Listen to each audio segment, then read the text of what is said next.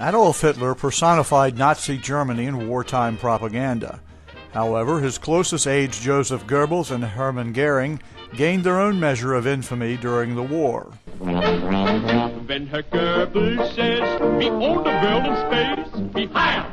Heil! Right in Herr Goebbels' face. When Herr Goering says, they'll never bomb this place, we Heil! Heil! Right in Herr Goering's face. Minister of Propaganda Joseph Goebbels was singled out as the subject of propaganda attacks, including a scurrilous film biography, Enemy of Women, also known as The Mad Lover, inspired by his reputed womanizing ways. Reichsmarshal Hermann Goering, head of the Luftwaffe and Hitler's deputy for most of the war, was mocked for being overweight and for his predilection for gaudy, bemedaled uniforms. Hitler, Goebbels, and Goering appeared together on the covers of a number of wartime comic books, including Captain America number 36 in 1944 and Marvel Mystery Comics number 63 in 1945. The Captain America cover, drawn by Sid Shores, suggests the Nazi triumvirate is attempting to flee their defeated country. The cover of Marvel Mystery makes this even clearer, as Hitler, Goering, and Goebbels prepare to board an aircraft at Berlin's Tempelhof Airport. Hitler is carrying a crutch, possibly a reference to the 1944 attempt on his life, as well as a briefcase with his name on it. While in typical Alex Schomburg cover style, Goebbels and Goering are both adorned with tags bearing their names.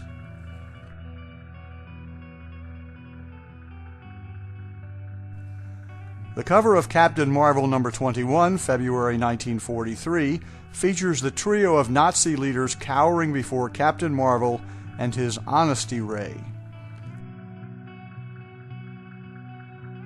The Allies were careful to label Axis propaganda as lies, while claiming their own propaganda was actually truthful information. In fact, the United States had an Office of War Information, and the British government ran a Ministry of Information, as opposed to the Nazis' self-described Ministry of Public Enlightenment and Propaganda.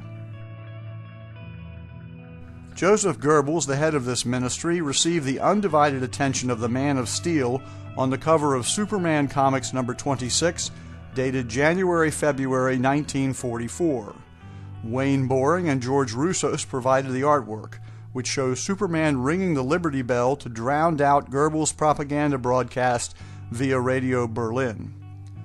This is a rare example of one of the Hitler gang appearing on a comic book cover without Der Führer, although other forms of wartime propaganda occasionally singled out Goebbels or Goering for abuse.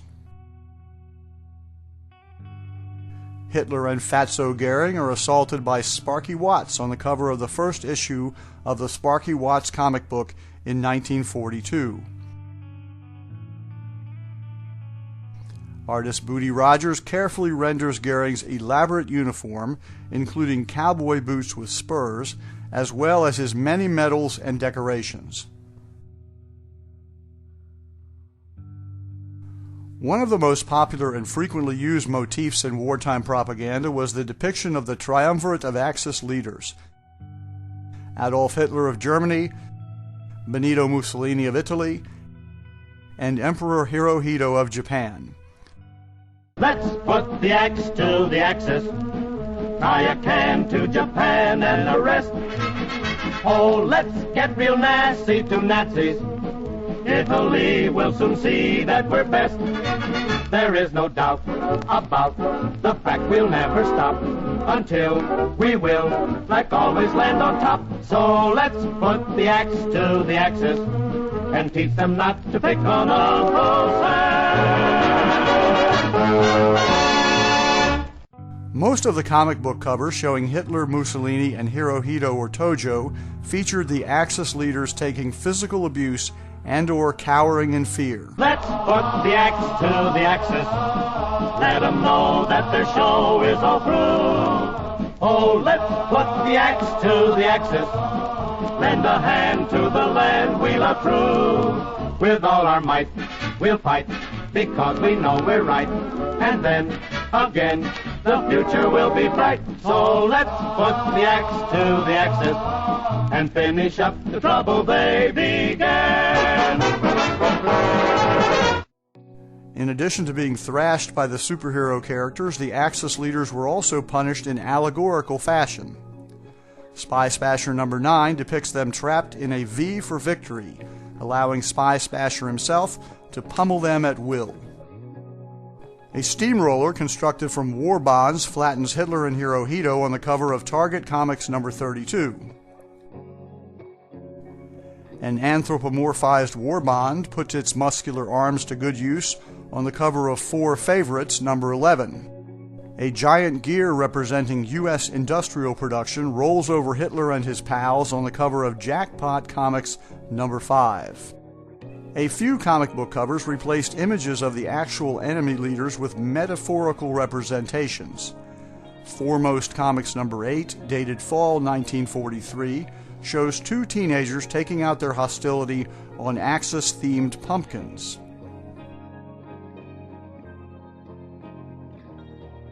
On the cover of Big Shot number 32, Hitler, Hirohito, and Mussolini are literally punching bags for boxer Joe Palooka.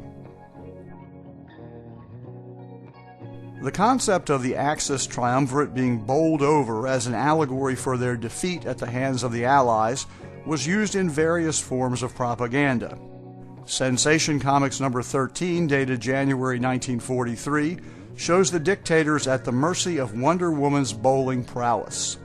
Superheroes Wonder Boy and Kismet entertain themselves by knocking down Axis-themed bowling pins on the cover of Bomber Comics number 4.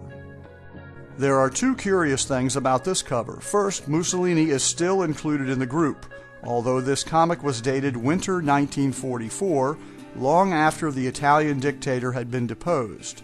Although subsequently reinstated as the puppet leader of the Italian Socialist Republic, most wartime propaganda was ignoring Mussolini by this time. Also, oddly enough, the artwork shows Hitler wearing what appears to be a white German naval officer's cap. The cover of Thrilling Comics number 41, dated April 1944, shows Mussolini hiding under Hitler's bed. This may actually have been a veiled reference to the Italian dictator's escape from custody and installation as the head of a puppet government in Italy, thanks to Hitler and his Nazi troops. After Mussolini was deposed in 1943, most comic book covers and other propaganda instruments switched to depictions of Hitler and Hirohito or Tojo without their Italian ally. The trio of Axis leaders became a duo instead. We'll have a rodeo down in Tokyo and a roundup in old Berlin. We'll rope 'em, we'll run 'em, we'll bomb 'em and gun 'em when the Yanks go marching in. We'll hog-tie old Hitler and all of his crew. We'll bulldog old Tojo and then we'll have a rodeo down in Tokyo and a roundup in old Berlin.